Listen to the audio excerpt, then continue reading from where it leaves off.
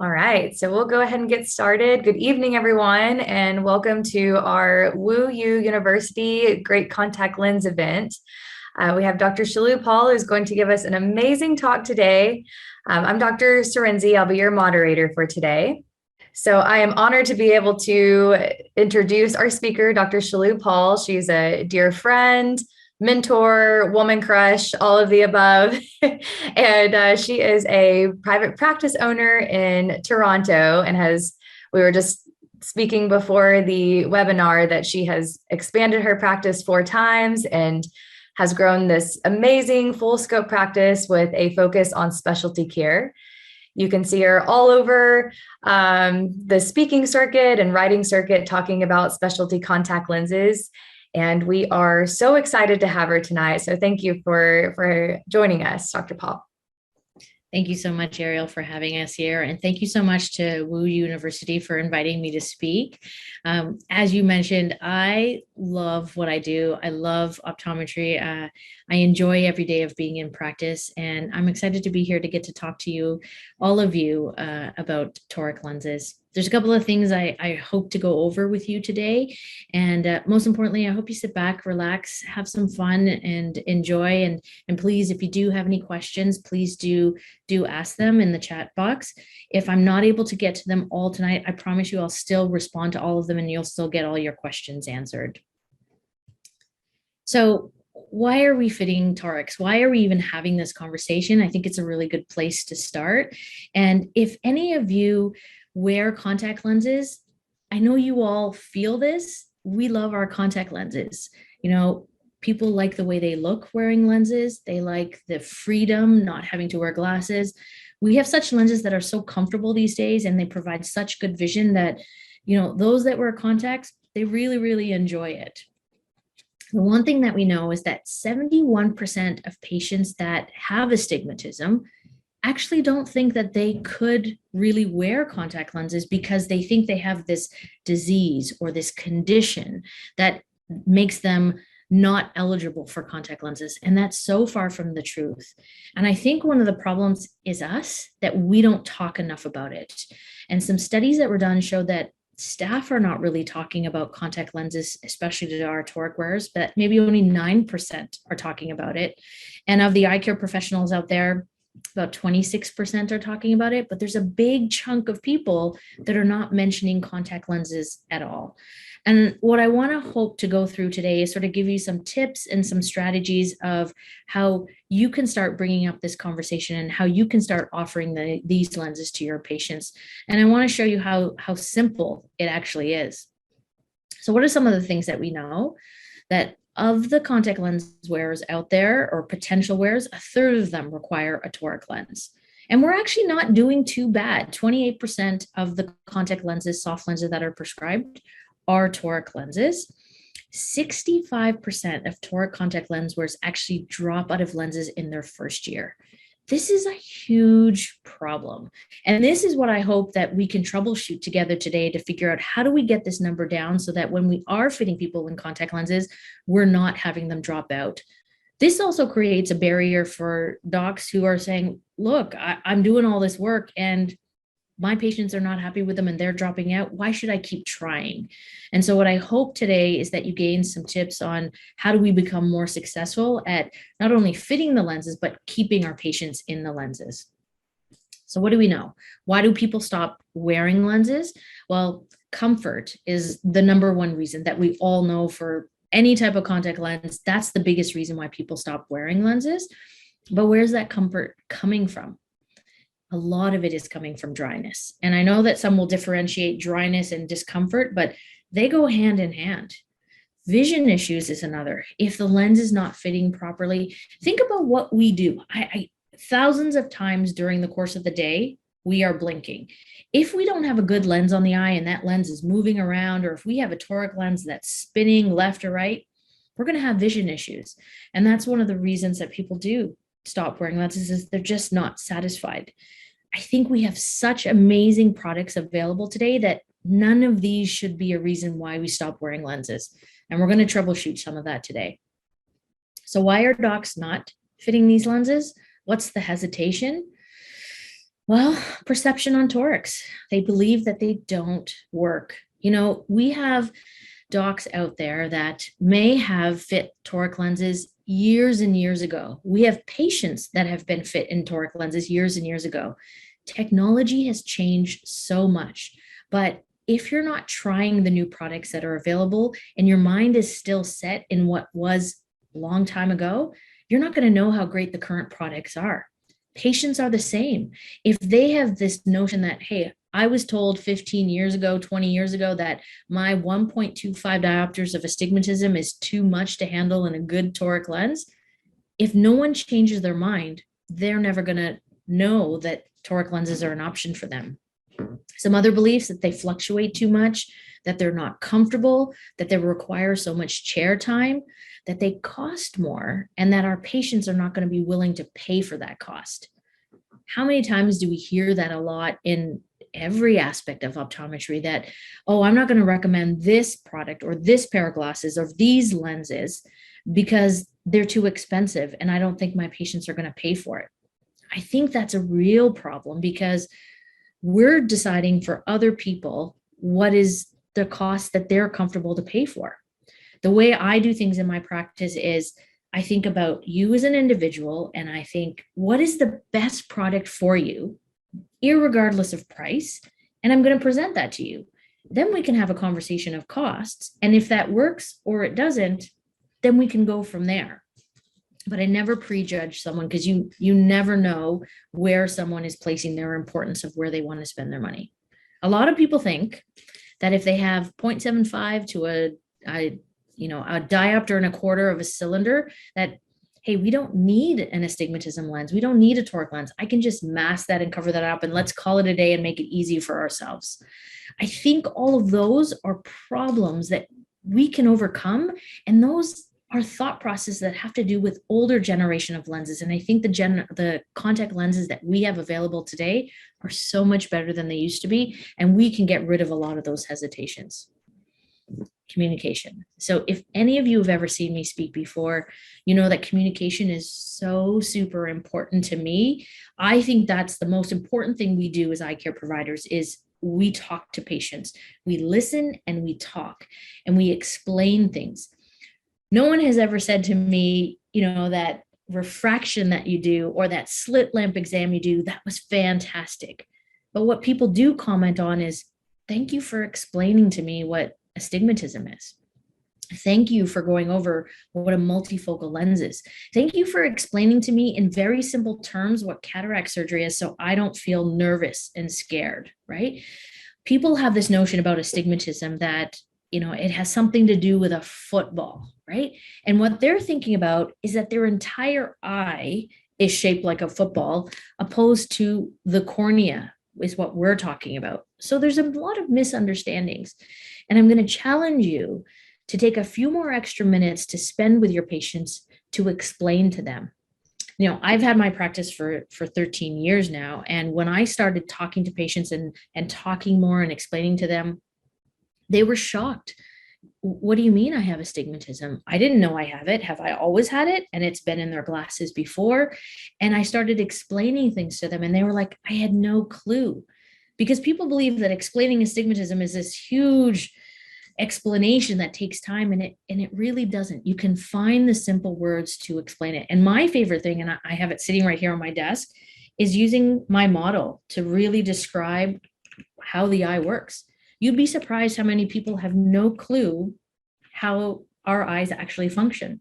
And I show them this model and I say, let's explain how the eye actually works before I explain astigmatism. And I tell them that light comes in through the front, it bends at the cornea, it bends at the lens, and it lands somewhere inside the eye. If it lands on the retina, you're good, you don't need any help.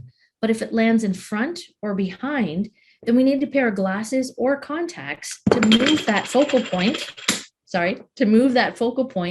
to the retina. And then they go, oh, okay, I get it. I understand how the eye works. Well, what's astigmatism? And I show them the cornea and I say, if the cornea is not perfectly rounded and it's more oval, like the shape of the front of a football, then when light comes in, it will bend in two different ways and you will end up with two focal points. So in our glasses or in our contacts, we need two different prescriptions to bring both of those focal points to the retina so you can see clearly. Light bulb goes off. They're like, I get it. It makes sense. You can use this to then explain toric designs. You have so much more buy-in and tie-in into what's actually happening, and they get it. Now, they're going to walk out your door and they're going to forget everything, and you're going to have to explain it again next year. But they're in that moment are going to feel so good about the time that you've spent with them. And next year, if you have to explain it again, that's okay. Give them that great feeling of you're spending time and you're explaining things to me, because that's what people care about. They care about understanding what's happening with them.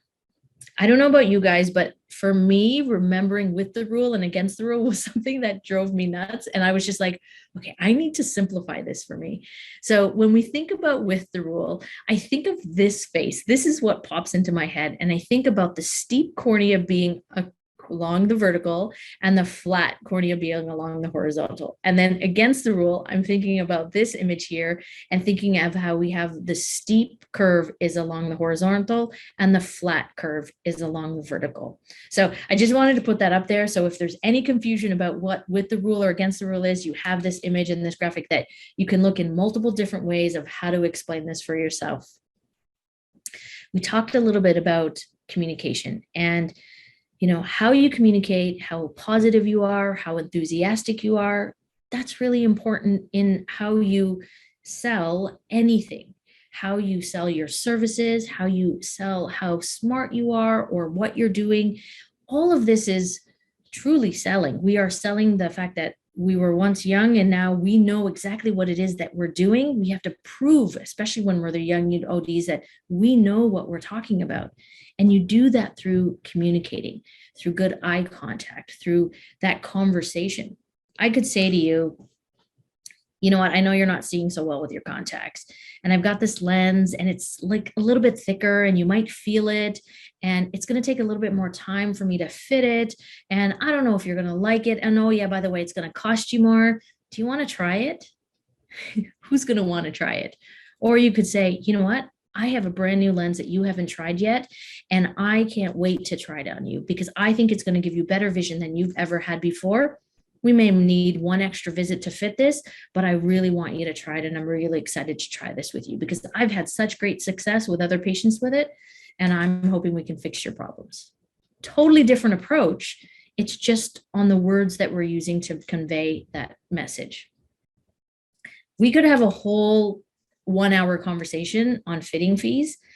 Fitting fees, whether it's about contact lenses, torics, multifocals, whether it's on a dry eye assessment, whether it's on a BlephX treatment, whatever it is that you are going to present to your patients, I want you to be thinking about the fees and I want you to be honest and straightforward. When I'm handling this, it's either myself or my staff that are talking about these fees. And the thing that I make sure to do is be straight up, be upfront. Here's what this is going to cost, and this is what you're going to get in return. Do you want to move forward? And if the question or the answer is, yes, let's move forward, great. If the response is, I'm not sure, let me think about it, no problem. If the answer is, yes, I do want to do this, but give me a couple of months, let me save up, and then I'm going to be back. I'm happy with all of those. If the patient says, you know what, no, I don't want to do this because I don't want to pay the extra fees.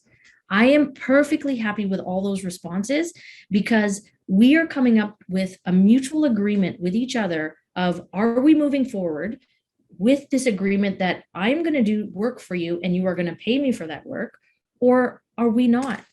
And there is not going to be any problems at the front desk where the staff are going to be yelled at because there's these fees that they didn't know about. I want to squash all of that. Being honest, being open, be upfront, be straightforward, and let the patient decide. And if they say yes, great, move forward and do the work for them. And if they say no, don't feel bad. Don't offer it for half price. Don't offer it for free. Say that's okay. If and when you're ready, we can revisit this and you move forward. I want you to remember, see, I'm going back because this is such an important topic. I want you to remember how much time you have spent learning, how much education you have, how valuable you are, and how important it is that you respect your own value and charge appropriately for it, okay? Because none of you deserve to be doing things for free, and you deserve to be paid for all the time.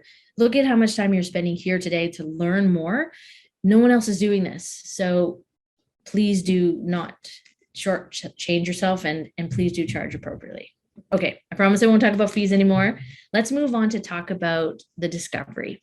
Okay, so what's the discovery? We were talking about this just before we started about our exam time and how much time we spend with patients. I have set up my schedule that I get a solid 30 minutes with my patients, and I call this my discovery. Think about all the things that you know how to do, all of the knowledge you have gathered over the years in school and all your years outside of school. You have so many things to offer people. And we give ourselves such a small amount of time to do all of that.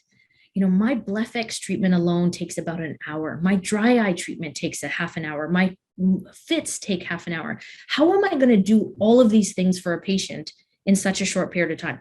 It's not possible.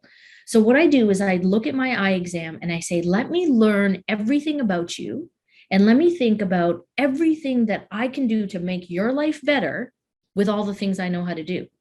And then in the last 5 minutes of my exam, I'm going to say, here's everything I've gathered, and here's all the things that I can do to make your life better. I'm going to talk about glasses. I'm going to talk about contact lenses. I'm going to talk about dry eye treatments. I'm going to talk about advanced treatments if we need them, more testing. Whatever it is that I have learned that I can do for my patient, now I'm going to talk about it. And then I'm going to let the patient say, I'm interested in this and this, really not interested in this, but let's talk about this and tell me about this. And then we dive in and we talk about the process, we talk about the fees. And then I don't try and do all of that in that 20, 30 minutes. I then take them out and book them for the appropriate appointments going forward from there. I want you to sort of change your mindset of, I've got 15 minutes and I've got to do everything I possibly can, or I've got 15 minutes and I can only do so little.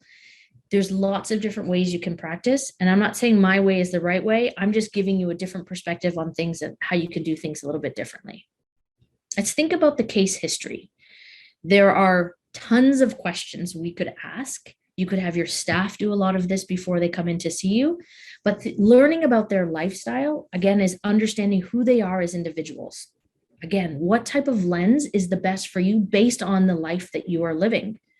What is it that you want? What is it that you need? What is it that you've come in with what expectations? If somebody comes in and says, you know, my best friend loves this lens, I want to be fit in that lens, but you don't know that, and you recommend a different lens, and now that patient goes, yeah, but this was supposed to be the best, and you didn't recommend it. Does that mean you don't know what this lens is about? Miscommunication. So if we ask, what are you thinking? What are you interested in? What do you have in mind? Oh, I really want a lens that has colors in it. I want a purple lens or a blue lens. You want to know that from the beginning. You also want to know what's going on from a health perspective. What's happening with the ocular surface? What are their routines? What medications are they taking? Their vitamins? Do they have allergies? Because that's all going to play into, am I going to be able to fit you with contact lenses? Remember, there is a relationship between contacts and the eye. The two have to come together nicely. And if we only focus on this and we ignore the ocular health, this pairing may not work. So also when we're troubleshooting, we have to look at both parts of this relationship, not just one or the other. We have to look at both. And that entails finding out about their ocular health and their medical health. You want to know about their past. What's worked in the past? What hasn't worked? Why are they here? What are they complaining about? What are they upset about? Because you want to be the superhero this time and you want to fix this for them. So you want to learn everything about what worked and what didn't work, and then be the one that does better for them. So if you know that they've tried this brand with this solution and it didn't work, you're not going to recommend those products, right? You're going to think of something new and something innovative and something different. So these questions are really important. Let's talk about toric designs.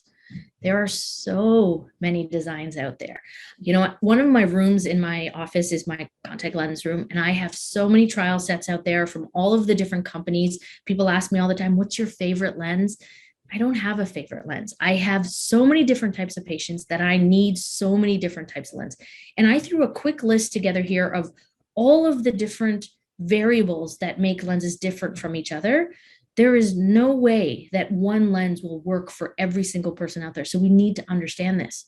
You know how important this slide is for those patients that are buying online from you, or not buying from you, but they're buying online, because they look and say, well, there's one variable of base curve on the package, and there's a power.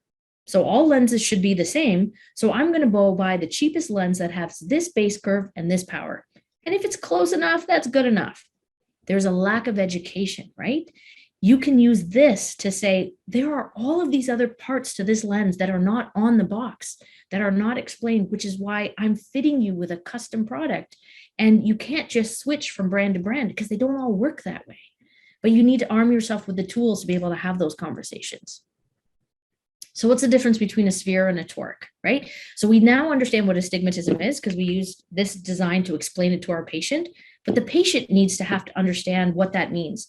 2 prescriptions on a piece of plastic. And the way I describe this is I think about a spherical lens, you've got a -3 edge to edge. And with a toric lens, you've got these zones. You've got the optic zone where the optics of the lens is, where you've got your 2 prescription. And I call the edge my carrier. That's what is designed to hold the lens in place so the optics are not spinning and moving around. So that carrier is really important. I call those thick and the thin zones. And if we look at the different designs that are available out there, where the placement of the thick and thin zones are what determine the differences between the different toric lenses. And you need to know this because if a patient is going to complain to you about a design, and I kid you not, I have had patients that say, I can feel something right here, or you know what, there's this circle that I'm seeing. They're describing the edge of the optic zone, or I can feel something here and here. You need to understand what it is that they're referring to. These are super sensitive people, but you have to understand what it is that they're talking about. When you have a prism ballast, you know that in the carrier, the prism is all here at the bottom, and that's used to stabilize the lens. You have a periballast, which has a decrease in prism. It's thickest at the bottom, but it's thinner out on the edge. This uniform thickness, horizontal thickness design, what this means is that think of a pyramid, okay? At the top, it's the thinnest, but it's uniformly thick all the way across. And then the middle is uniformly thick all the way across. It's a little bit wider than what's at the top. And the bottom is the thickest, but it's straight across, opposed to here's the carrier, then we have a dip where the optic zone is, and then the carrier again. This is straight flatness all the way across. The stabilization design, this has what we call speed bumps, and these are right across the center. So when you blink, your top and bottom lids hit those speed bumps and keep the lens aligned.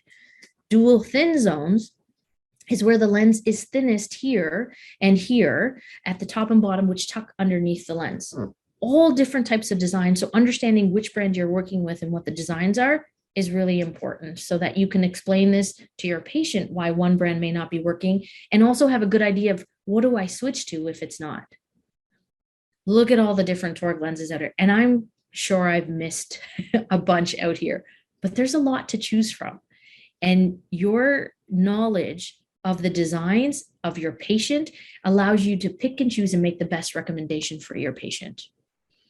This is a really interesting comparison. So, this is a good example to explain why all lenses aren't the same and all base curves aren't the same. So Pure Vision, which is a lens by Bausch & Lomb, they came out with a Pure Vision toric lens, and it had an 8.7 base curve lens, and the lens was actually 14 millimeters in size.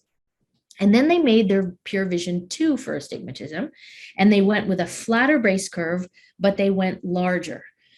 And, one of the questions I ask is, why would they go larger? And going larger means that they were able to make a larger optic zone and keep the carrier the same, but having a larger optic zone gets rid of that edge design where people were saying, hey, I can see that full circle. Because the optic zone is larger, if the pupil gets in the way being too large, well, you've got a bigger zone to look through opposed to a smaller one.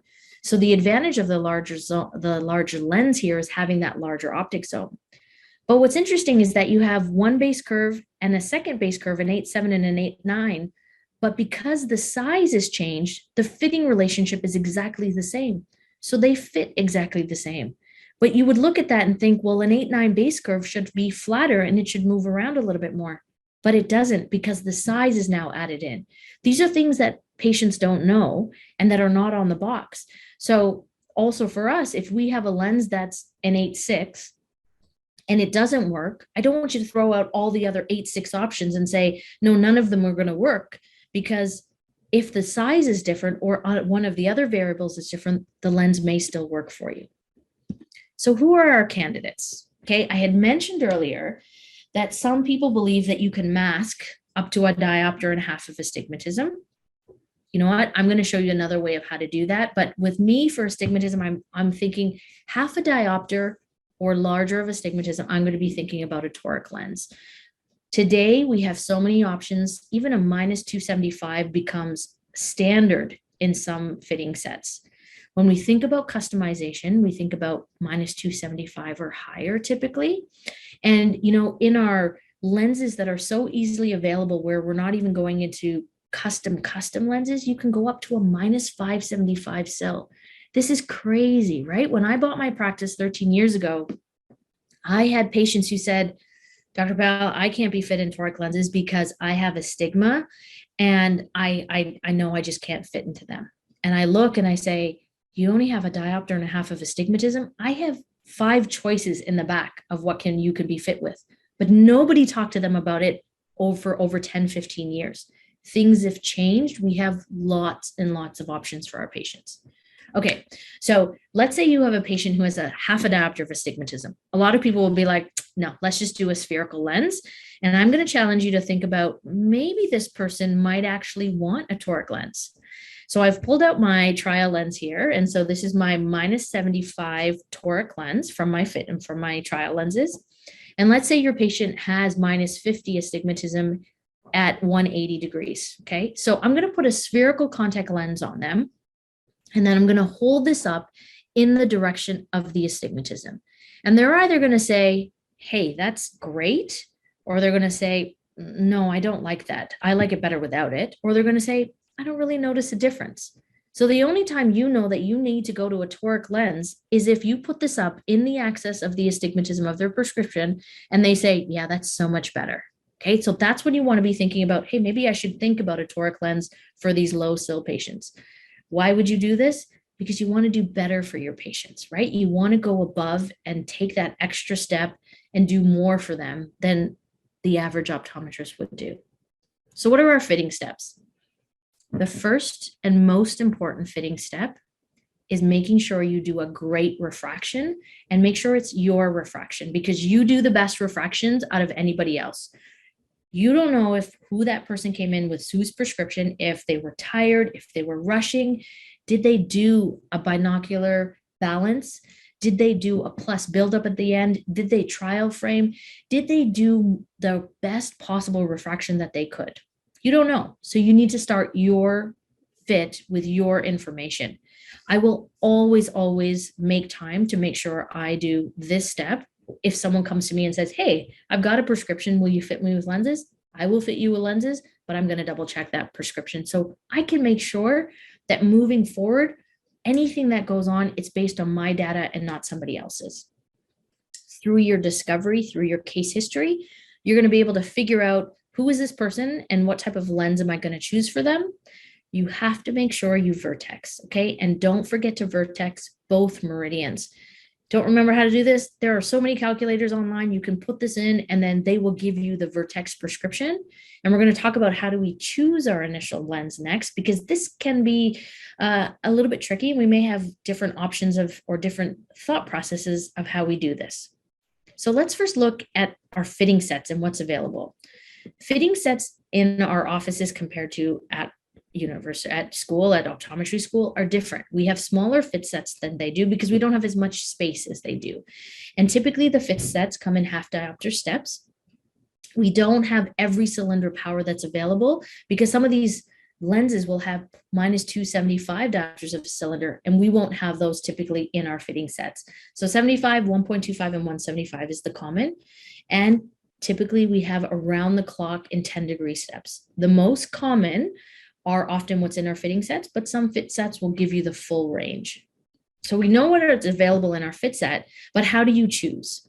So for me, my order of operations is access first, and I'm always going to choose the access closest to the major meridians. The major meridians being 180 and 90. If I have 175 degrees, my choices are 170 and 180. I'm going to choose 180 because that's closer to the major meridians of 180 and 90. I'm going to get greater stability that way. And that's going to be my first thought, is access first. Cylinder power is next. Remember, we have 75, 125, 175, 225. If you're in between those powers, you always want to go to the lower power. You don't want to over minus the sil. Why? Have you ever over minus someone in their glasses in the cylinder piece and they're like, whoa, I feel really dizzy, or this is uncomfortable? That's usually because you have too much sil in there. So you want to think that same thing when it comes to fitting contact lenses as well.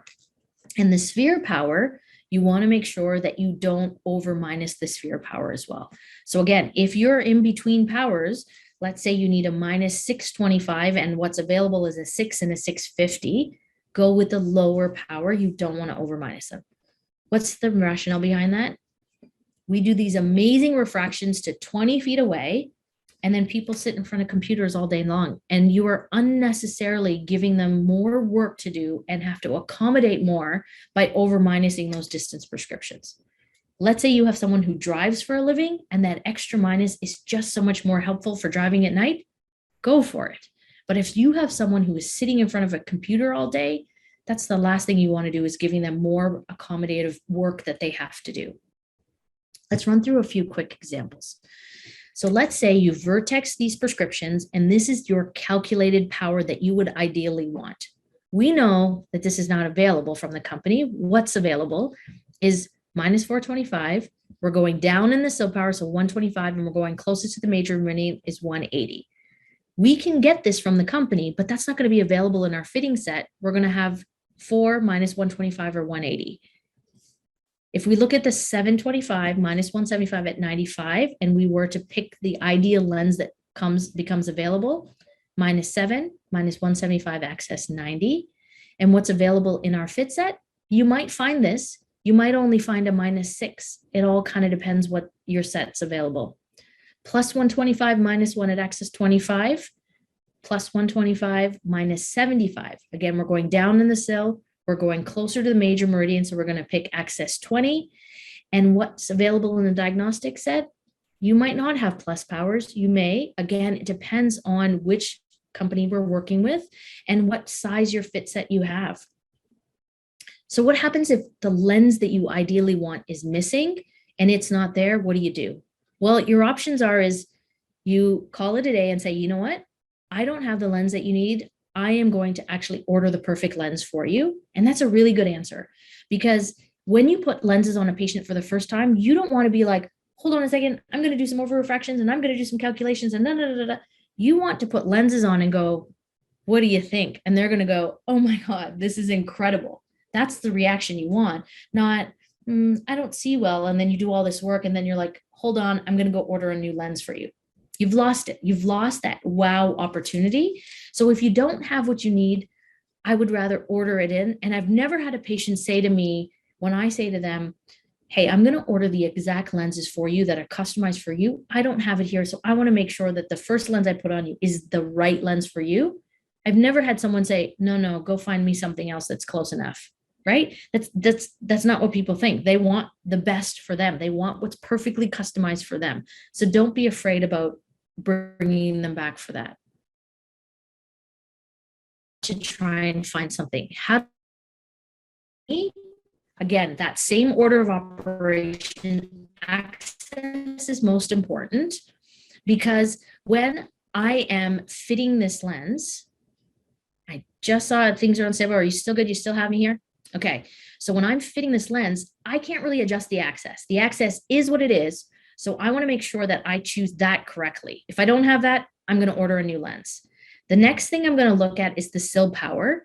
And again, making sure I don't over minus. If I need a 125 and I only have a 75, I may grab my half diopter of sil and I can hold that on top if I want to play with the lenses, if I don't have the exact thing, but I do want to maybe save some time and do some work. Maybe it's a patient that's already been in contact lenses and they love their lenses and now we're just refining. They're not going to be upset if I do a little bit of work, but definitely for those first time wearers, I'm not going to do this extra work. And then the sphere power, if you don't have what you need, again, you can use your loose lenses to add the extra power, but just make sure you don't over minus them. Then you're going to check vision, make sure that's okay. I'm telling you, the products that we have today, you don't need to do a lot of work. They work really well. So if your fit is not looking good, or if your vision is not good, I want you to be thinking about the fit. Maybe there's something wrong with the fit. That's why it's not working, because it should work well. You only need a couple of minutes for these lenses to settle. You don't have to give them a ton of time. You want to look at toric markings. And this is really important because you want to be able to tell if the lens is rotated or misaligned. And it's really important that you know where your markings should be. Again, guys, these products are so good that you may get a 5 or 10 degree rotation. That's really about it. You shouldn't be expecting to see a whole lot of movement with these lenses because they've just been perfected so much. How do you measure assessment, or how do you measure rotation?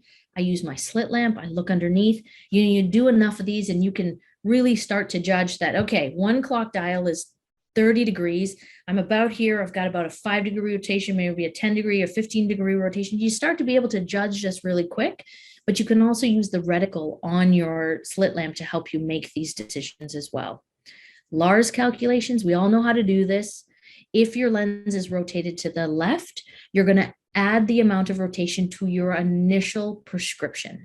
And I'm going to show you an example of this. If it's rotated to the right, you're going to subtract the amount of rotation from the initial prescription. So let's go through this example because this is talking about rotation versus misalignment. Okay, so you have a patient who's a -3 axis 180 or -1 axis 175. Following the rules of what we just talked about, the lens that we are going to choose for this patient is -3, -75, axis 180. 180 means that we are 5 degrees from the ideal axis we wanted. So we are 5 degrees misaligned. But what if that lens rotates an additional 5 degrees to the right? Now we are technically 10 degrees from where we started. This is where we started. This is the trial lens. And now this is the rotation. We are 10 degrees misaligned. So what do? We do our LARS calculation. We subtract the 5 degree rotation from the original prescription.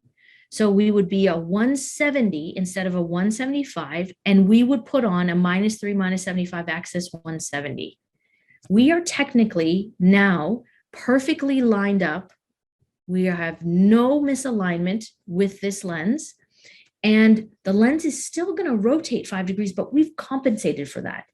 When you do your LARS calculations and your lens is sitting 5 degrees misaligned, I want you to put the new calculated lens on and it should still be 5 degrees misaligned.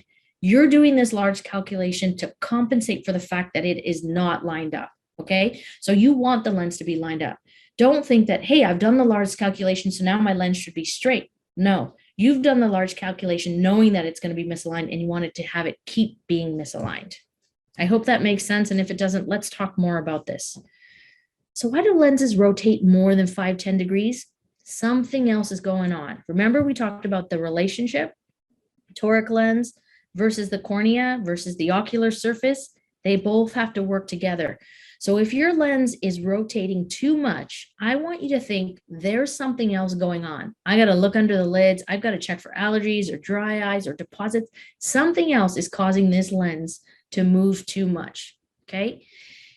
Think about your over refractions. And this is the next step. Over refractions, I will be honest with you, I barely have to do this. I may grab my loose lens again, plus a quarter, minus a quarter, very small changes. Again, guys, great products. We don't need to do a lot. I don't bring the phoropter in front of my patients with toric lenses.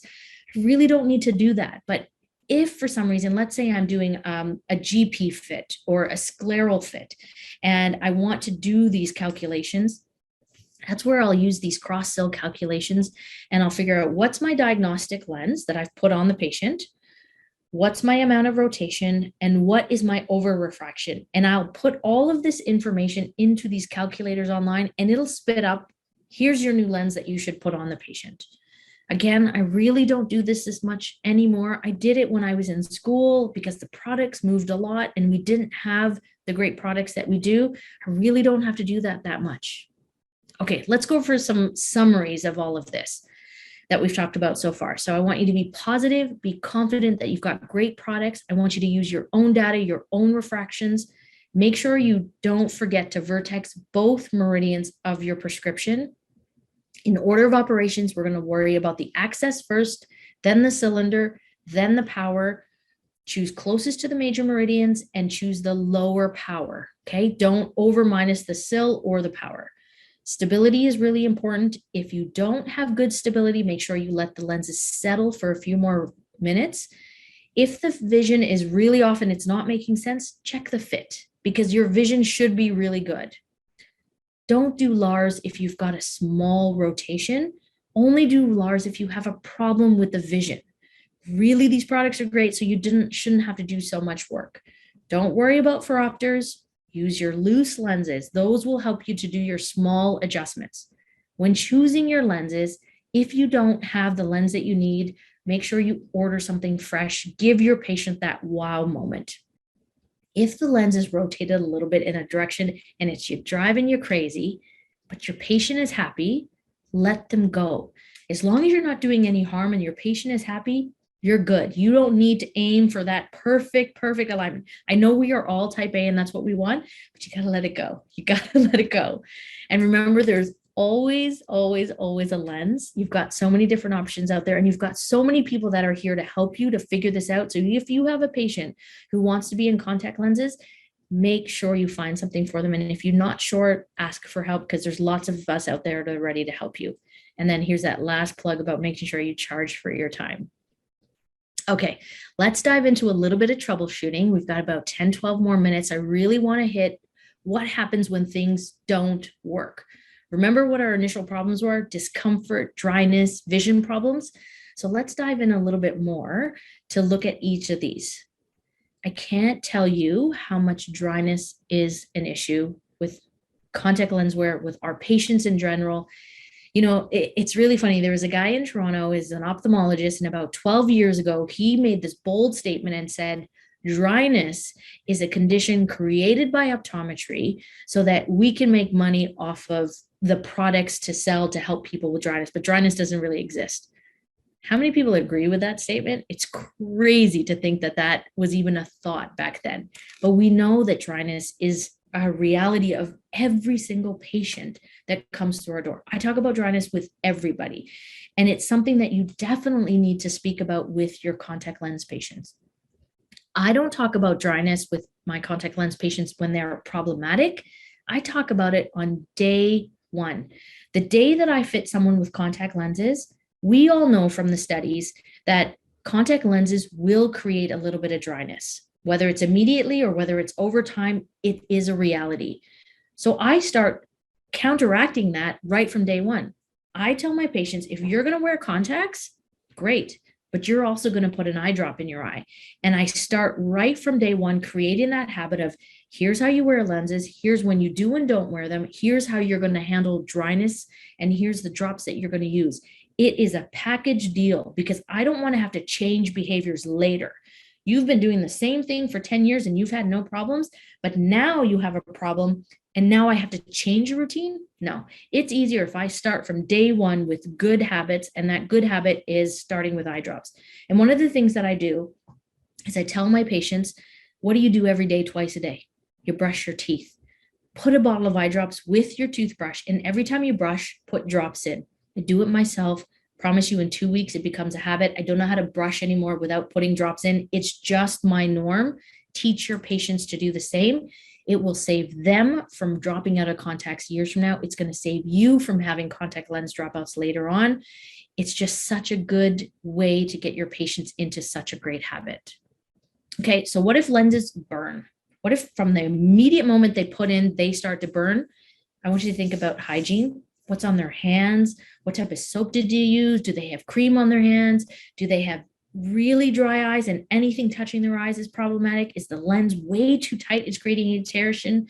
Is there a problem with the solution that the lens is sitting in and that's creating a reaction? Things to be thinking about why this lens is burning and things you can do. What if they're scratchy or itchy?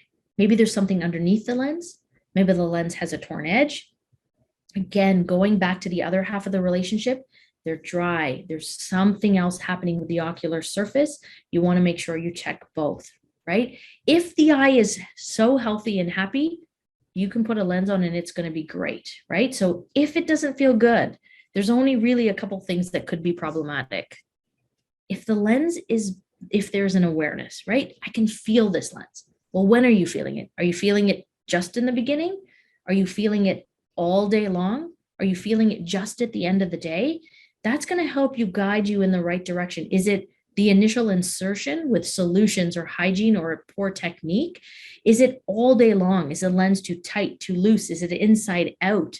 Is there a tear? Is there a problem with the lens? Or is it just at the end of the day that, the dryness has been building up over the course of the day, right? When does it actually happen is really key to help you figure out what the problem is as well.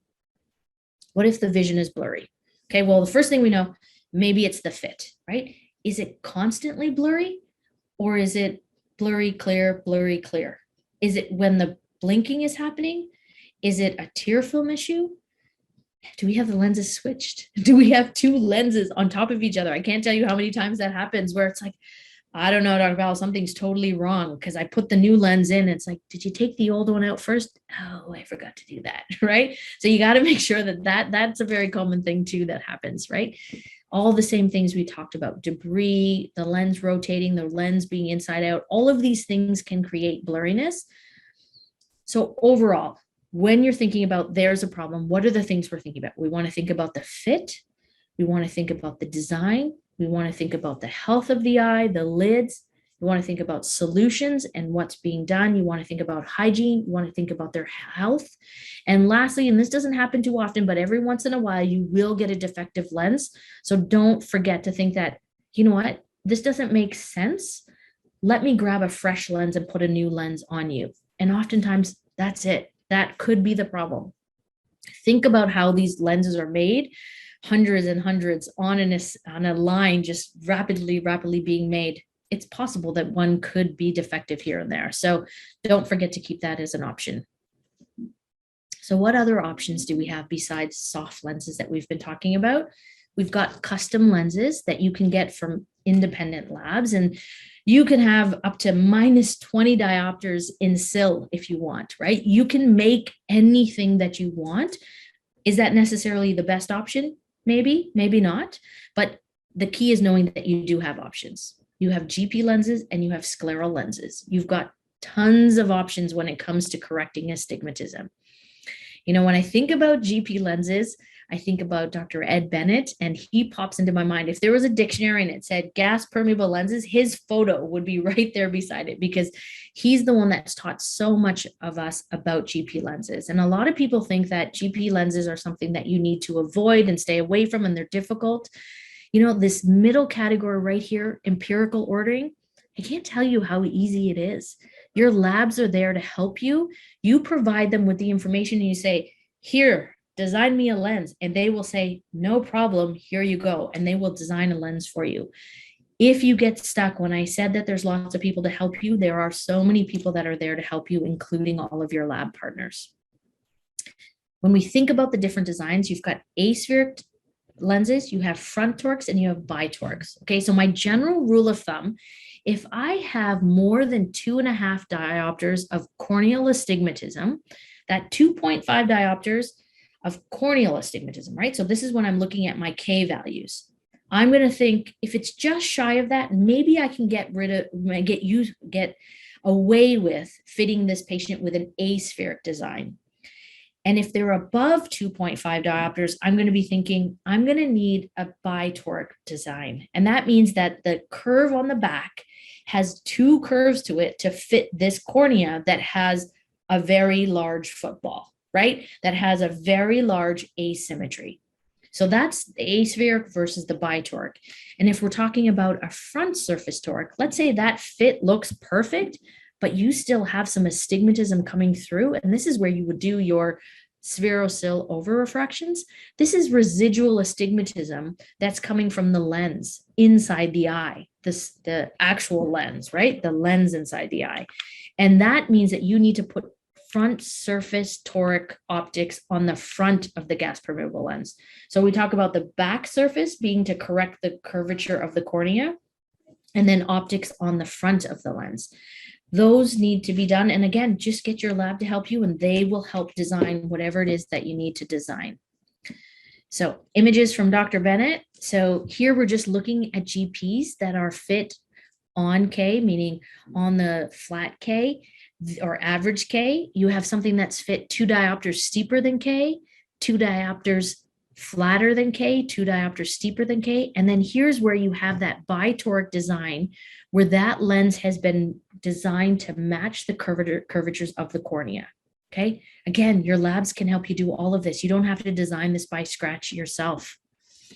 Scleral lenses. So I've been fitting scleral lenses for, oh my God, so many years, probably 16 years now. And I love fitting scleral lenses.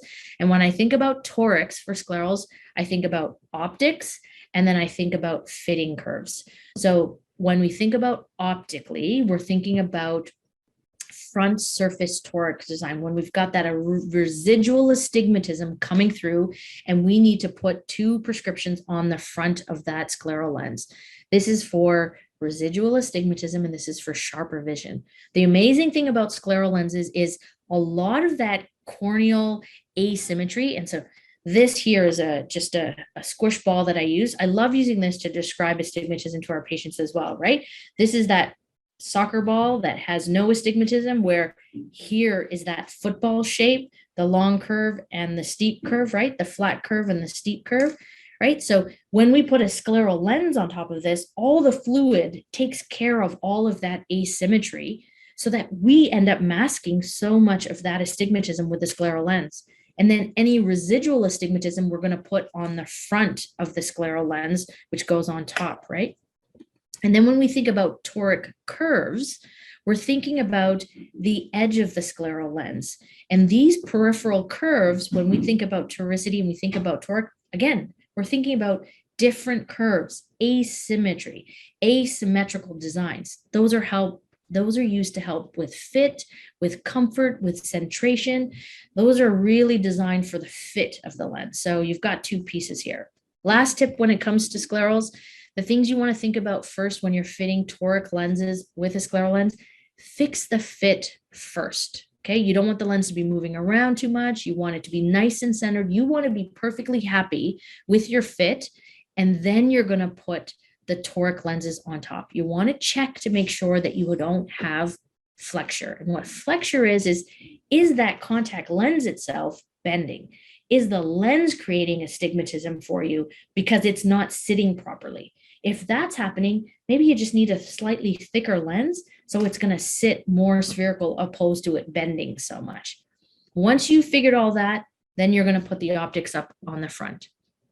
I think if you try and rush this too much and you go right from the get-go, I'm going to throw everything at this lens and you're going to throw the front toric optics on top of the scleral lens before you're ready, what's going to end up happening if that lens rotates on you 5 degrees, 10 degrees, 15 degrees, it's going to throw everything off. So you want to perfect the fit first, make sure that the lens is not bending on you, and then add the front torics on there. We could talk about scleral lenses for days, but just a quick touch on them, just so we have a few tips about them. I started this by saying, I hope you have fun. I want you to have fun in practice. I want you to have fun with your patients. Enjoy what you do. And remember, there's lots of people here to help you if you have any questions. Thank you so much.